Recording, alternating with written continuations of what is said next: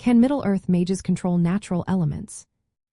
Imagine standing in a lush forest, feeling the breeze, watching the fire flicker, and wondering if those who wield magic can truly command nature itself.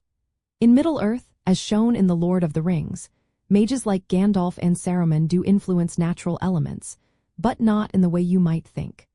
Their magic is more about subtle influence and spiritual power rather than direct control over fire, water, earth, or air. Magic in Middle-earth isn't a set of spells like in some stories. Instead, it comes from deep spiritual roots and the inherent nature of beings and artifacts. The Istari, or wizards, are Maiar spirits sent to help Middle-earth's peoples. Their power is often expressed through wisdom, persuasion, and gentle influence, not by commanding the elements outright. For example, Gandalf can light a fire or create a glow. But this is more a reflection of his Maya origin and divine connection than a mastery of elemental magic.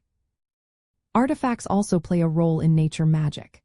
The Elven Rings of Power, for instance, help preserve the beauty of their realms, making forests and lakes seem untouched by decay or evil. These artifacts don't give their wielders the ability to control nature directly but allow them to protect and maintain natural harmony. This kind of magic is about preservation and balance rather than domination.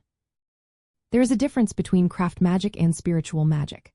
Craft magic involves creating wondrous objects, like enchanted swords or doors that open at a word. Spiritual magic, on the other hand, is a deeper force that can influence the world's fabric, including natural elements, but always within the limits of the world's order. Gandalf's ability to summon light or influence weather is a result of his spiritual connection, not a power to command nature at will. Looking at practical examples, Gandalf can start fires to scare off wolves or light dark places, but he cannot make a storm or control the wind at his whim. The elves, through their magic, preserve natural beauty and harmony, not manipulate it aggressively. Saruman can manipulate storms and summon creatures, but his power is ultimately corrupt and limited by his moral choices.